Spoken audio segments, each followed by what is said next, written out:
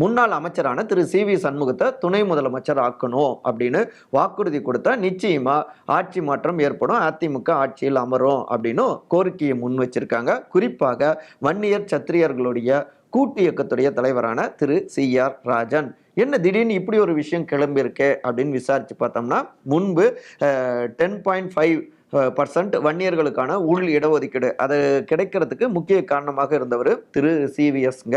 அதுவும் ஒரு காரணம். அதிமுக இங்க வட மாவட்டத்திலும் சில தொகுதிகளை வெற்றி பெறுவதற்கு அதிமுக பாமக கூட்டணி அடுத்த தேர்தலையும் 10.5 வந்து முக்கியமான பாத்திரத்தை வகிக்கும்.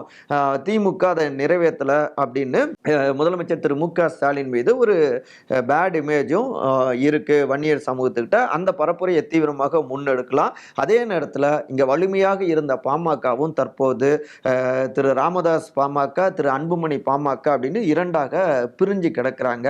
இந்த நிலையில வன்னியர் சமூகத்துடைய முகமாக ஒருத்தரை முன்னிறுத்தி இந்த வாக்குறுதியை கொடுத்தோம்னா நிச்சயமாக ஆட்சி மாற்றத்துக்கு வழிவகை ஏற்படும். சவுத்தை பொறுத்த வரைக்கும் பாஜக கூட்டணி இருக்கு, மேற்குலையும் பாஜக கூட்டணி இருக்கு, ஏற்கனவே அதிமுகவும் வலுவா இருக்கு. ஸோ அதிமுகவுடைய பொதுச் செயலாளரான திரு எடப்பாடி பழனிசாமி இந்த வகையில் ரூட் எடுத்து பயணிச்சா நிச்சயமா ப்ளஸ் கிடைக்கும் அப்படின்னு சில ஆலோசனைகள் கொடுக்கப்பட்டிருக்குங்க அப்படிங்கிறாங்க ரத்தத்தின் ரத்தங்கள்.